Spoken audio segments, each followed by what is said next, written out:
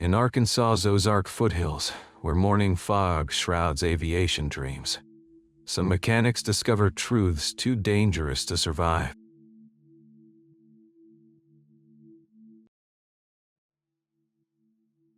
At 11:47 p.m. on October 23, 2019, Danny Watkins signed out inspection equipment from the tool crib at Russellville Regional Airport. The fluorescent lights of Hangar 7 cast long shadows across the concrete floor as he wheeled his cart toward the Cessna 172, scheduled for student solo flights the following morning. Danny had been making the same walk for 15 years. At 52, he was the kind of mechanic pilots trusted completely. Methodical, thorough, and absolutely unwilling to cut corners when it came to aircraft safety. His maintenance logbooks read like textbooks, each entry precise and comprehensive.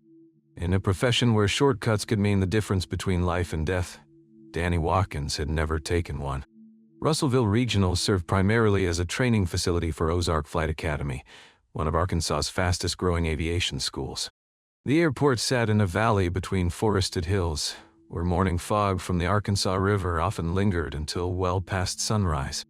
By day, the sound of training aircraft filled the air, students practicing touch-and-go landings, instructors calling out corrections over the radio. But at night, the facility transformed into a different world entirely. The night shift was Danny's domain. While day maintenance handled routine inspections and minor repairs, the complex work happened after hours. Annual inspections, major component overhauls, troubleshooting mysterious mechanical problems. These tasks required the kind of focused concentration that only came in the quiet hours between midnight and dawn. On this particular evening, Danny was conducting a 100-hour inspection on tail number N2018-47, a 1998 Cessna 170 tour with just over 8,000 hours on the airframe. The aircraft had been flying regularly in the Academy's training program, accumulating the kind of wear that comes from frequent pattern work and countless student landings. Nothing unusual for a training aircraft, but Danny approached each inspection with the same systematic thoroughness regardless of the airplane's history. Security footage from the hangar showed Danny arriving at his usual time, 11:15 p.m., carrying his thermos of black coffee and wearing his standard work uniform, dark blue coveralls with Ozark Flight Academy maintenance embroidered across the back. He moved with the measured efficiency of someone who had performed these same tasks thousands of times before. The inspection protocol was well established. Danny would begin with the engine compartment, working his way systematically through each component, checking for wear, proper torque specifications, and any signs of developing problems. From there, he would move to the control surfaces, landing gear, and finally the interior systems. A thorough 100-hour inspection typically took Danny between 4 and 6 hours, depending on what he found along the way. According to the sign-out log, Danny retrieved his standard inspection kit: flashlights, mirrors, torque wrenches, and the multi-page inspection checklist required by federal aviation regulations. Everything appeared routine. The hangar security system showed normal activity, doors opening and closing at expected intervals, lights cycling on and off in the pattern consistent with a methodical inspection process. The Cessna sat in the center of Hangar 7, its white and blue paint gleaming under the overhead lighting. Danny positioned his work cart beside the aircraft and opened the engine cowling, beginning the familiar routine that had defined his professional life for over a decade and a half. The airport's night security guard, making his regular rounds, observed Danny working normally at approximately 11:55 p.m. But sometime between that final security check and the arrival of the morning shift at 7:00 a.m., something went wrong. Something that would transform a routine maintenance inspection into one of Arkansas's most puzzling disappearances. The experienced mechanic who had never missed a shift, never left a job incomplete, and never compromised on safety protocols, simply vanished. Day shift supervisor Mike Torres arrived at 7:00 a.m. to find Hangar 7's main doors standing wide open. Having worked alongside Danny for 8 years, Torres knew the night mechanic's habits as well as his own. Danny never left doors open. Not in October, when the morning Arkansas air carried a chill that could affect engine temperatures, and certainly not when expensive avionics equipment sat exposed to the elements. The scene inside the hangar immediately struck Torres as wrong. The Cessna's engine cowling remained open, with Danny's work lights still positioned around the engine compartment.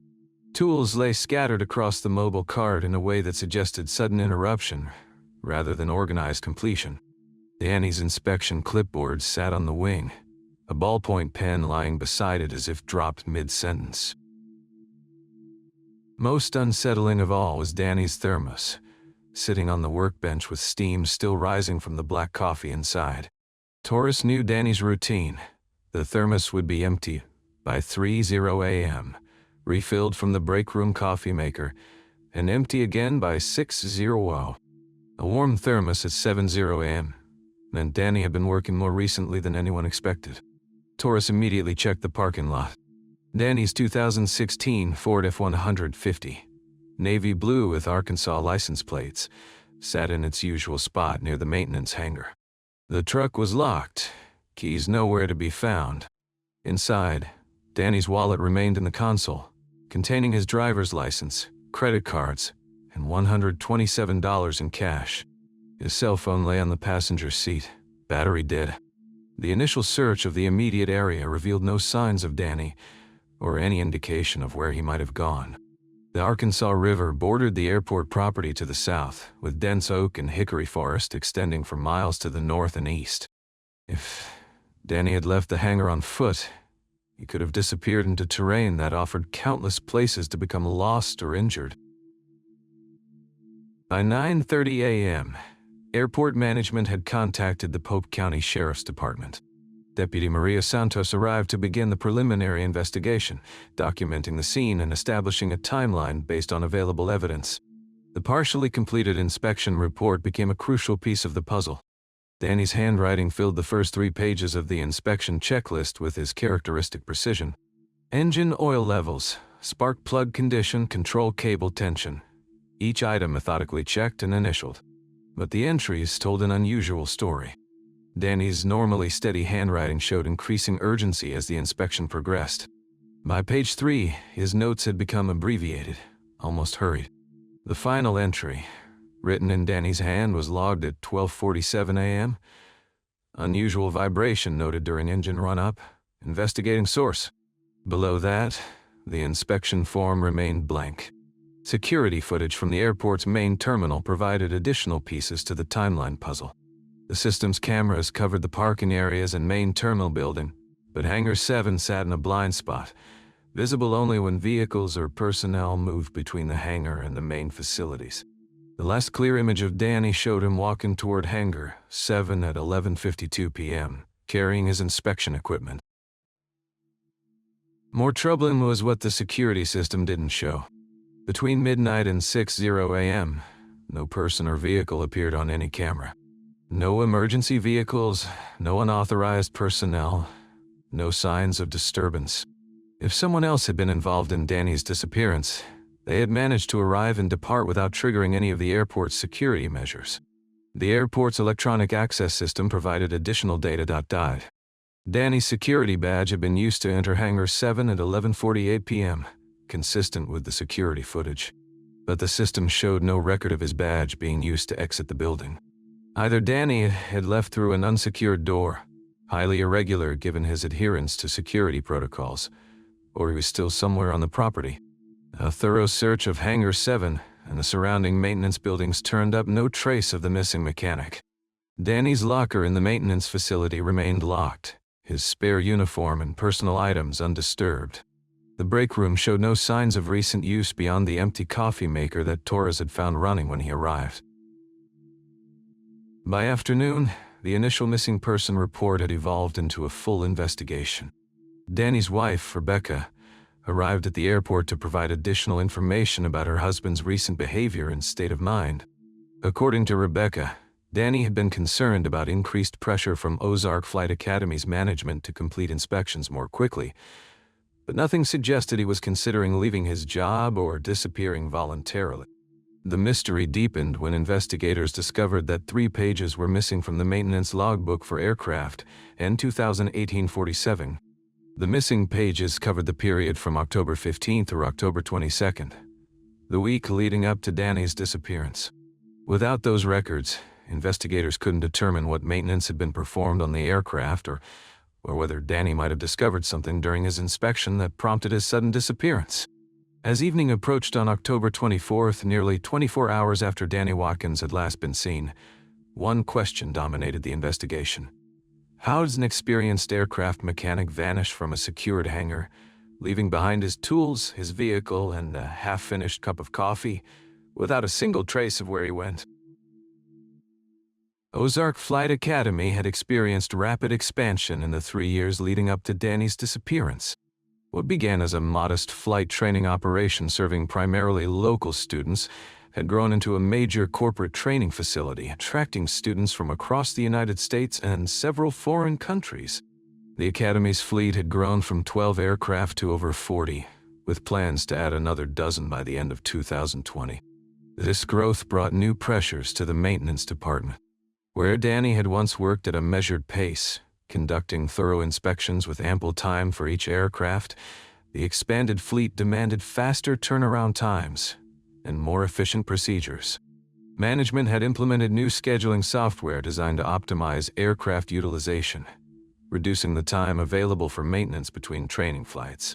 According to union records obtained during the investigation, Danny had filed 3 separate complaints with the Aircraft Mechanics Fraternal Association regarding what he termed unsafe scheduling practices. In a letter dated September 12, 2019, Danny wrote, "Management continues to reduce inspection time windows while increasing flight hours per aircraft. This creates pressure to rush critical safety procedures.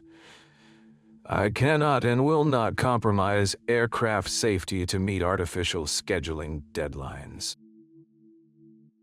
The tension between old-school maintenance practices and new corporate efficiency demands had become a source of ongoing friction. Torres, who worked closely with Danny, later told investigators that the night mechanic had grown increasingly frustrated with pressure from upper management. "Danny believed in doing things right," Torres explained. "He'd rather have an aircraft sit on the ground for an extra day than sign off on an inspection he wasn't completely confident about." Ozark Flight Academy's corporate structure added another layer of complexity to the situation. The academy was owned by Pinnacle Aviation Holdings, a subsidiary of a larger investment group based in Dallas, Texas. Local management reported to regional supervisors who had little direct experience with flight training operations. Cost reduction and efficiency metrics had become the primary measures of success, sometimes at odds with the careful, methodical approach that experienced mechanics like Danny considered essential. Records from the Federal Aviation Administration revealed that Ozark Flight Academy had been subject to increased scrutiny following a ramp inspection in August 2019. FAA inspectors had identified several minor violations related to record-keeping and maintenance documentation. While none of the violations were serious enough to threaten the school's operating certificate, they had resulted in additional oversight and pressure to improve compliance procedures. Danny had been directly involved in addressing the FAA findings. As the senior night shift mechanic, he was responsible for ensuring that all maintenance activities were properly documented and that aircraft records met federal requirements. The additional paperwork and documentation requirements had extended his typical inspection times, creating further tension with management's efficiency goals. Insiders at the academy described Danny as caught between 2 conflicting demands: federal regulations that required thorough, documented maintenance procedures, and corporate pressure to minimize aircraft downtime. Danny took the regulations seriously, recalled instructor pilot Sarah Martinez, who had worked with the academy for 4 years. He understood that cutting corners in maintenance could kill people, but he was getting pressure from above to work faster. The missing logbook pages became even more significant in this context. Federal regulations required detailed documentation of all maintenance activities, and tampering with or destroying maintenance records was a serious violation that could result in criminal charges. If Danny had discovered irregularities in the aircraft's maintenance history, or if someone else had attempted to conceal maintenance issues, the missing pages might represent evidence of a cover-up. Investigators learned that N2847 the aircraft Danny had been inspecting, was scheduled for a particularly demanding training schedule. The Cessna was used primarily for advanced students preparing for their commercial pilot licenses, flying an average of 8 hours per day, 6 days a week.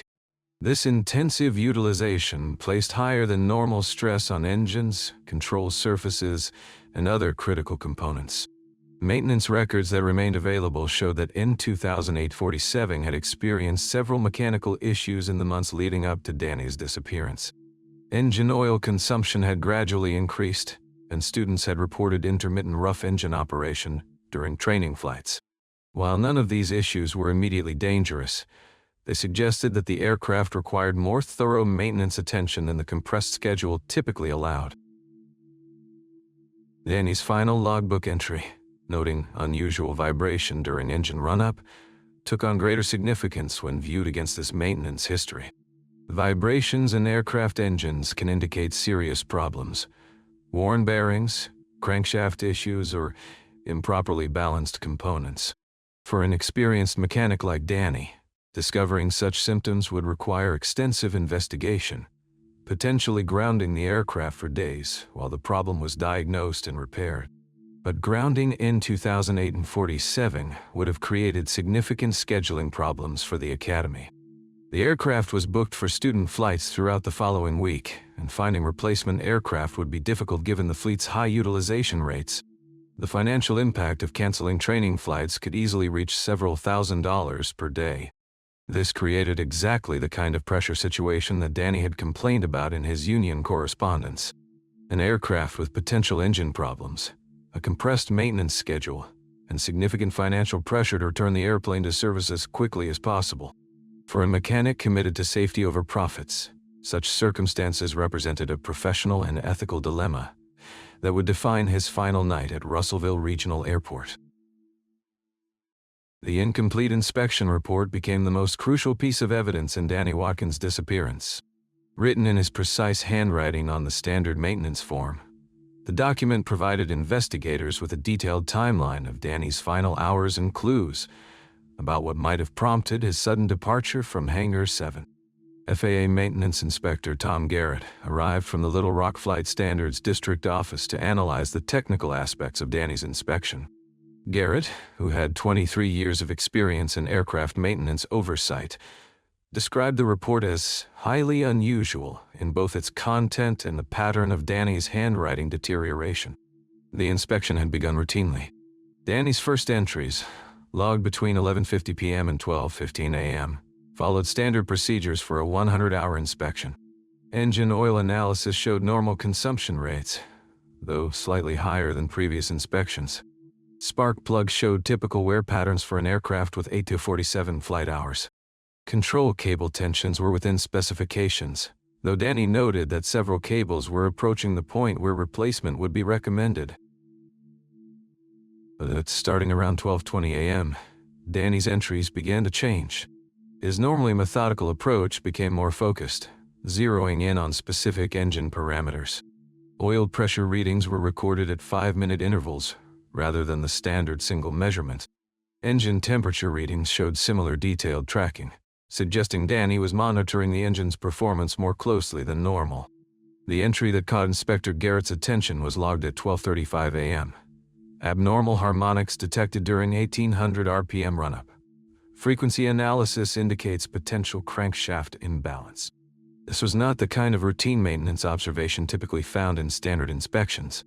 Danny was describing sophisticated diagnostic work that suggested he had encountered something serious. Crankshaft problems in aircraft engines are among the most dangerous maintenance issues a mechanic can discover. The crankshaft converts the up and down motion of pistons into the rotational force that drives the propeller. If the crankshaft becomes imbalanced or develops cracks, catastrophic engine failure can occur with little or no warning. For a training aircraft like N-2008-47, carrying student pilots who might not be prepared for emergency procedures, such a failure could be fatal.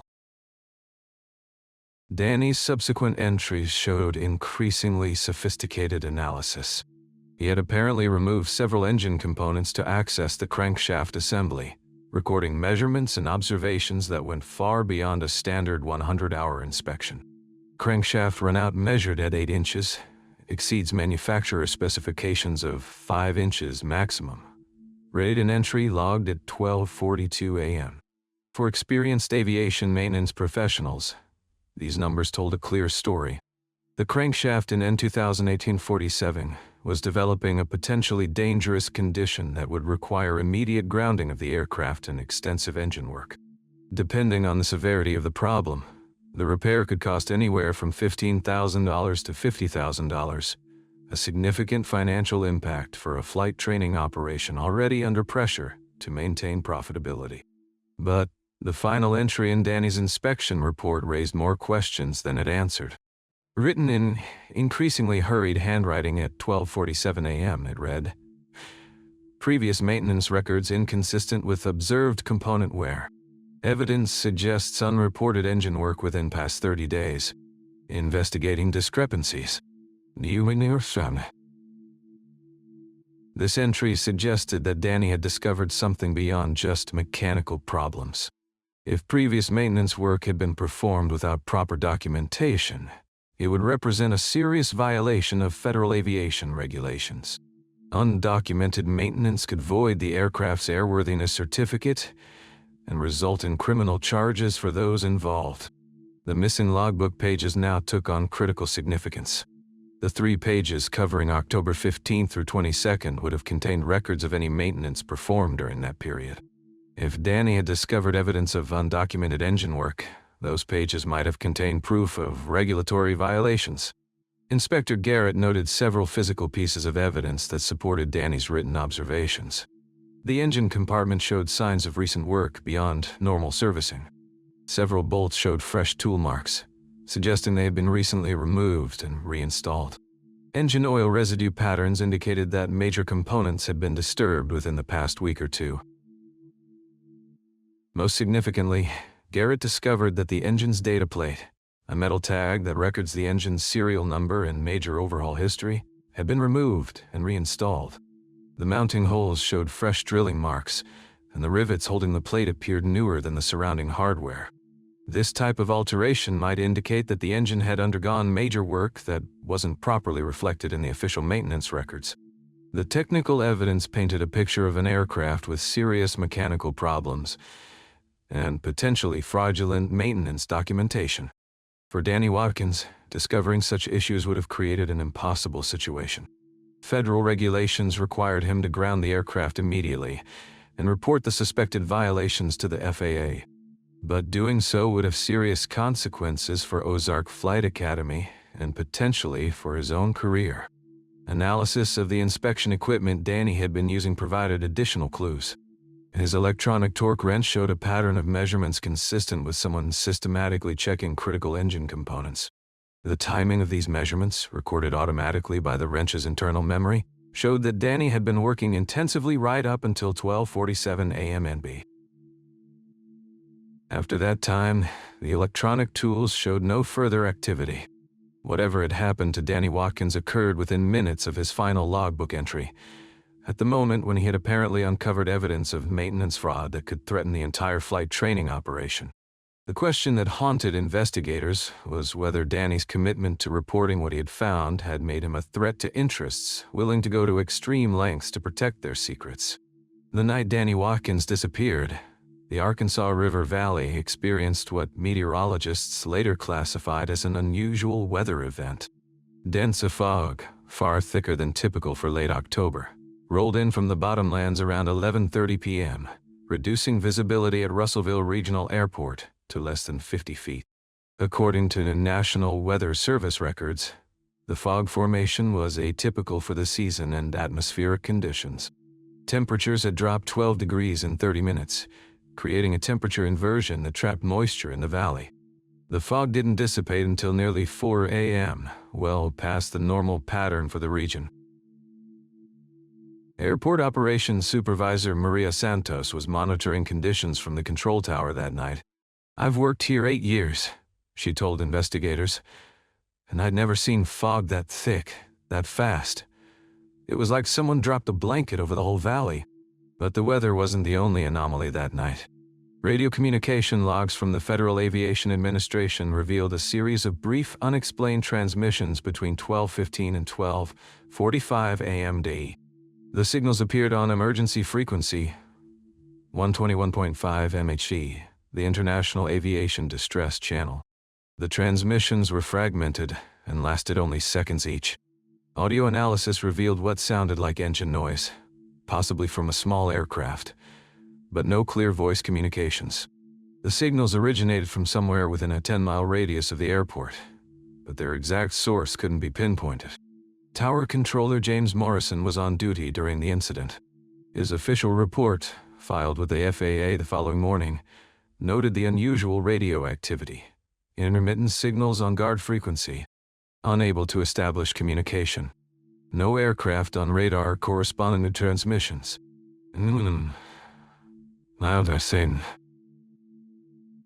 Other night shift workers at the airport reported strange sounds around the time Danny disappeared. Ground crew member Carl Thompson was refueling aircraft on the opposite side of the field when he heard what he described as an engine sound, different from our usual traffic. It was low-pitched, steady, Thompson later told Polk County investigators. Not like the Cessnas and Pipers we normally see, more like a turbine, but quieter. The sound seemed to move across the field, but I couldn't see anything in that fog.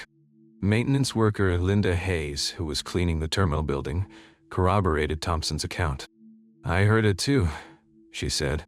Around midnight, maybe a little after. The sound lasted maybe 2-3 minutes, then nothing. The most puzzling evidence came from FAA radar data. At 12:23 a.m., Little Rock Approach Control recorded a brief radar signature approximately 2 miles southwest of Russellville Regional. The contact appeared for less than 60 seconds before vanishing from screens.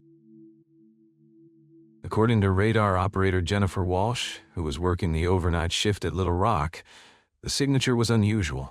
It appeared suddenly, without any of the normal approach pattern you'd expect from an aircraft. The altitude readout showed approximately 800 feet, which would put it just above the tree line in that area. The contact showed no transponder code, meaning the aircraft wasn't transmitting standard identification signals required for most flights. When controllers attempted radio contact, there was no response. We tried multiple times on different frequencies, Walsh explained in her official statement. Standard practice for unknown aircraft, but nothing. Then the contact just disappeared. Investigators requested flight plans filed for that evening, cross-referencing with radar data and known aircraft in the area. No registered flights matched the mysterious radar signature. No pilot had filed a flight plan that would account for the aircraft's position and altitude at that time. The combination of environmental and technical anomalies created a puzzling backdrop to Danny's disappearance. The timing seemed too coincidental. Unusual fog limiting visibility, unexplained radio transmissions, strange engine sounds, and an unidentified aircraft signature, all occurring within the same time window when an experienced mechanic vanished from a secured hangar. Meteorological records showed that similar fog conditions had occurred only twice in the previous decade at Russellville Regional.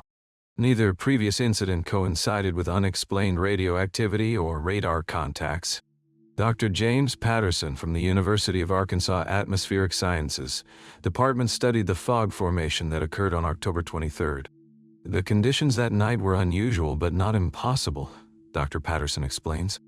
However, the rapid temperature drop and moisture saturation created a perfect environment for reduced visibility and acoustic distortion. Sounds could carry differently, distances could be misjudged, and orientation could become difficult even for someone familiar with the area. The unexplained radio transmissions and radar signature from that night remain officially unresolved. FAA records classify the incident as unidentified aircraft activity, with no further explanation or investigation planned. Local controllers who were on duty that night still discuss the incident. "You don't forget something like that," says Morrison, the tower controller who logged the mysterious radio activity. "In 20 years of air traffic control, I've never had signals like that with no aircraft contact or identification. It still bothers me." As investigators pieced together the timeline, questions multiplied. Was the unusual weather simply an unfortunate coincidence that provided cover for Danny's disappearance? Were the radio transmissions and radar signature connected to whatever happened in Hangar 7? Or did the environmental conditions that night reveal something that normally remained hidden in the Arkansas River Valley? The fog had lifted by dawn, the radio frequencies returned to normal, and the skies above Pope County appeared empty once again.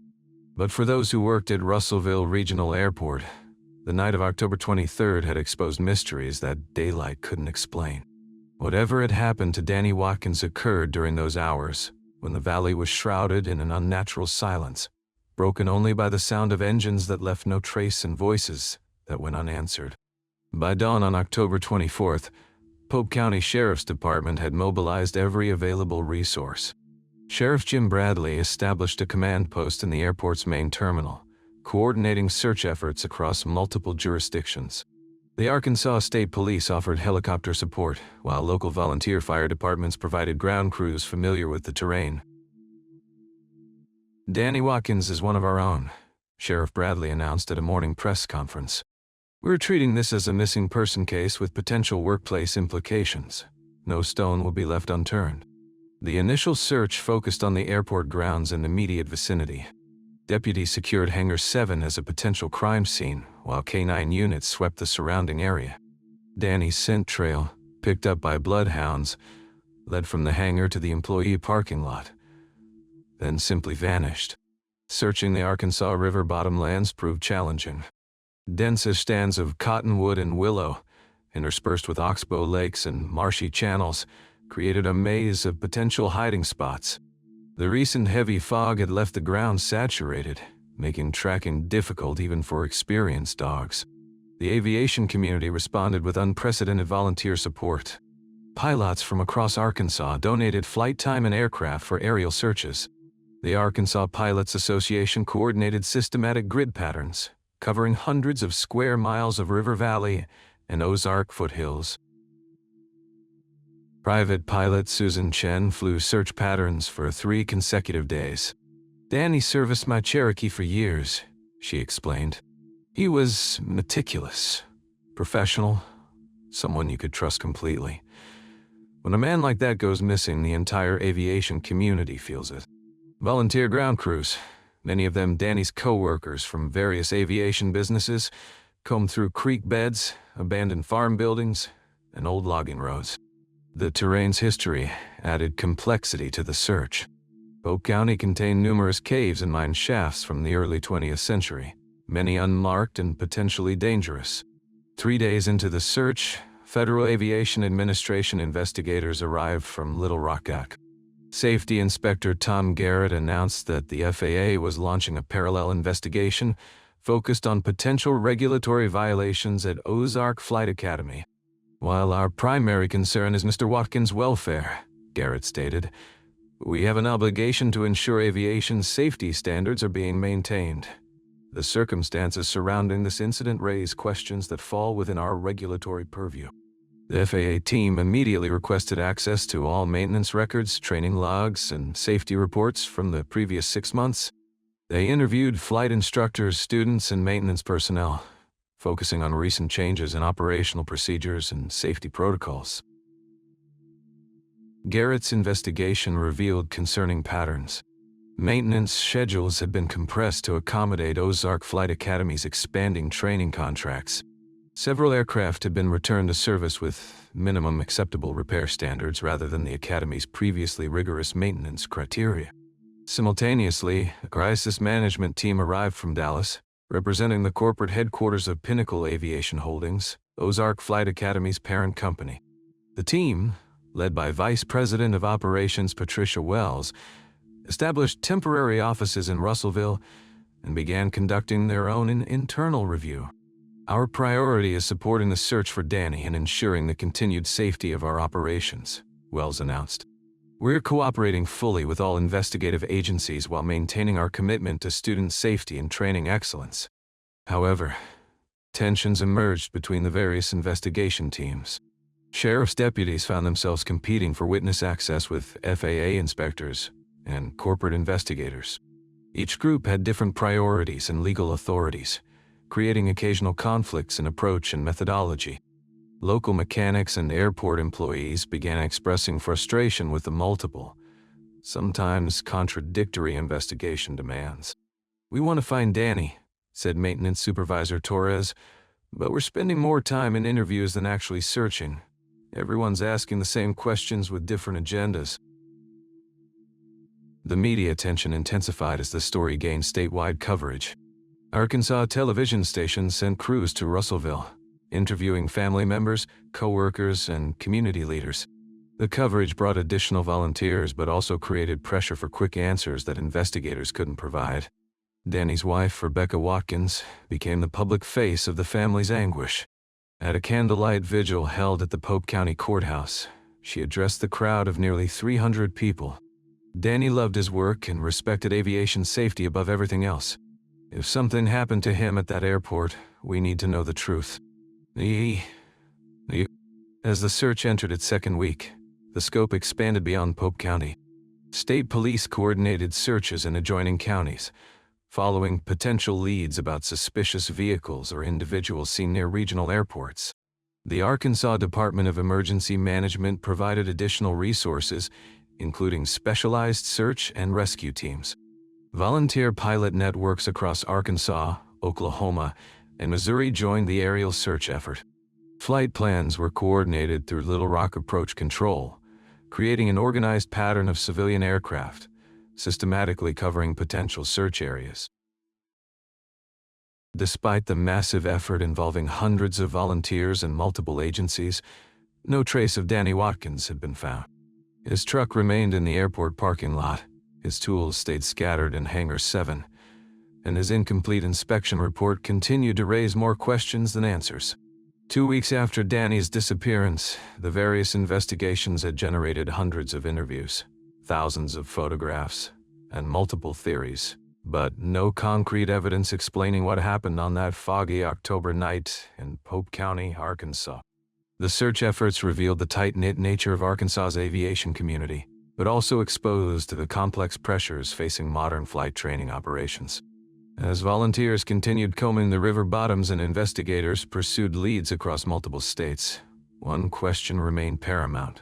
Where was Danny Watkins, and what had he discovered in Hangar 7 that led to his disappearance?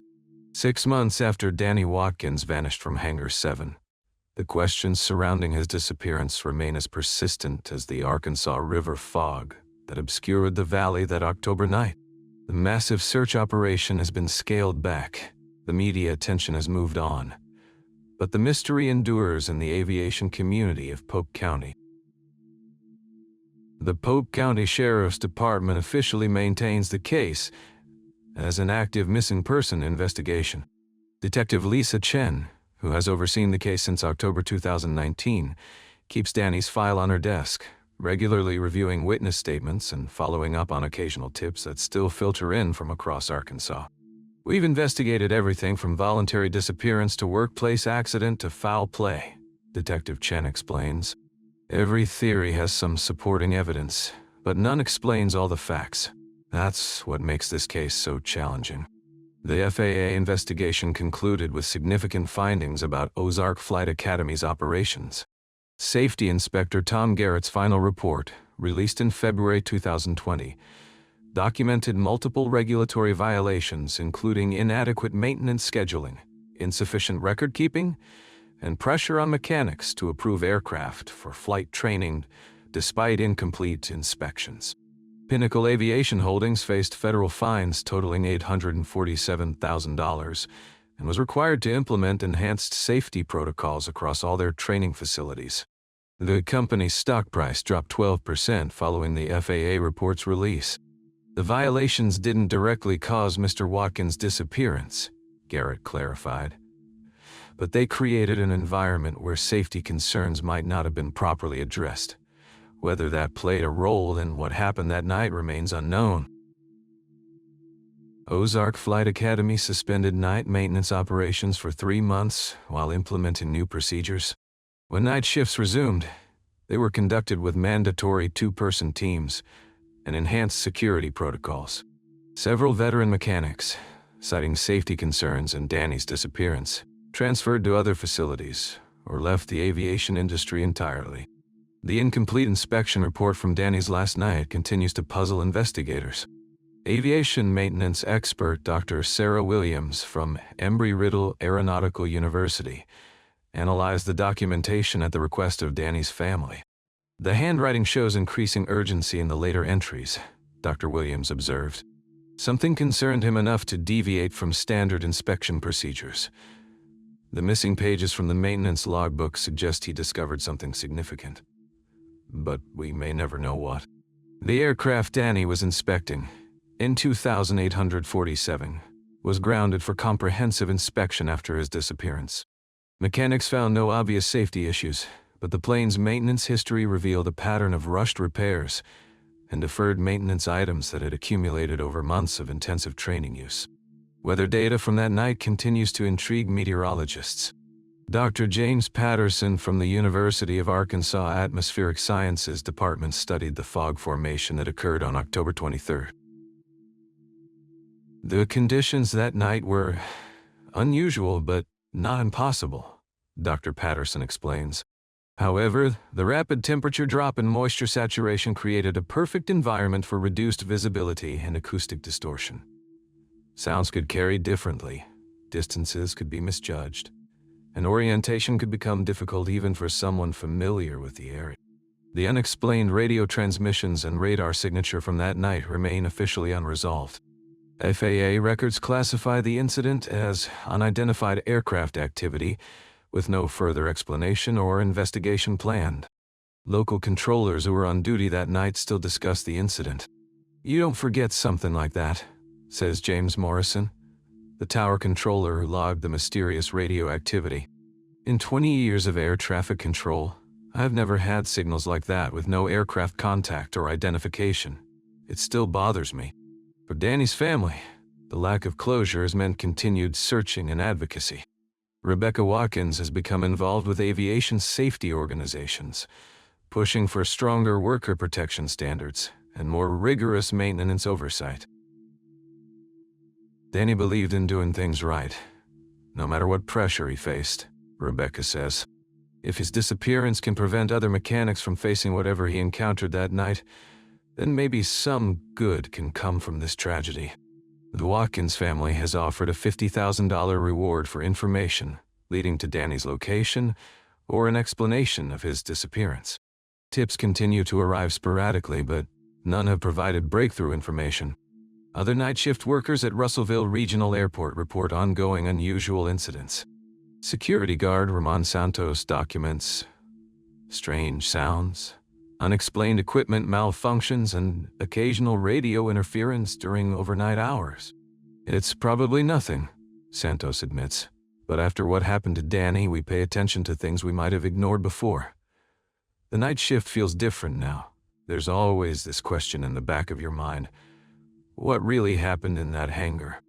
Maintenance Supervisor Torres has instituted new protocols requiring constant radio contact during night shift work and mandatory buddy systems for all aircraft inspections. "We can't bring Danny back," Torres explains, "but we can make sure no one else faces whatever he faced alone." The aviation community in Arkansas has been forever changed by Danny Watkins' disappearance. Flight training operations across the state have enhanced their safety protocols. Maintenance procedures have been scrutinized and improved, and the close-knit network of pilots and mechanics maintains a heightened awareness of workplace safety issues. Yet fundamental questions remain unanswered. Did Danny Watkins discover something during his inspection that put him in danger? Was his disappearance connected to the unusual weather and radioactivity that night? Did workplace pressure and safety violations create conditions that led to his vanishing? Several theories persist among investigators in the aviation community. Some believe Danny uncovered evidence of maintenance fraud serious enough to threaten the flight school's operations, making him a liability to corporate interests. Others suggest the environmental anomalies that night, the unusual fog, mysterious aircraft activity, and radio interference, point to something more complex than a simple workplace incident.